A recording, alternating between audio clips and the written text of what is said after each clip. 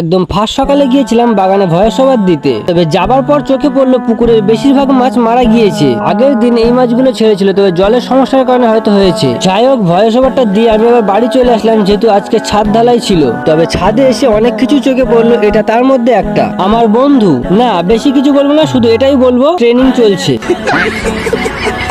তারপরে উপরে আমি দাঁড়িয়ে দাঁড়িয়ে কাজগুলো পর্যবেক্ষণ করছিলাম, কেমন কি কাজ হচ্ছে না হচ্ছে। তবে এত রোদ কি বলবো, টাক গরম হয়ে যাবার তাল। তাই মিস্ত্রি কাকুদের ছাতাটা তুলে নিয়ে মাথায় গলিয়ে নিলাম। আর আগের থেকেও ছাদ থেকে এখন নিউ টাউন শহরটা আরটু পরিষ্কার হলো, তাই সেগুলো দাঁড়িয়ে দাঁড়িয়ে সব দেখছিলাম কোথায় কি আছে। আর তারপরে চোখ ফেলতে শুরু করলাম এ ছাদে ও ছাদে, কাজ ছাদে কি আছে আর কি নেই। তো যত দিন যাচ্ছে ততই দেখছি যে আস্তে আস্তে ছাদগুলো সব সবুজ হচ্ছে। যাক, এটা বেশ ভালো। তবে আমি তো এই ধরনের ভিডিও বানাই না, তারপরেও বানিয়েছি শুধুমাত্র এদের জন্য। এই দেখুন কেমন দূরে দাঁড়িয়ে দেখছে, জ্বলছে আর লুচির মতো ফুলছে।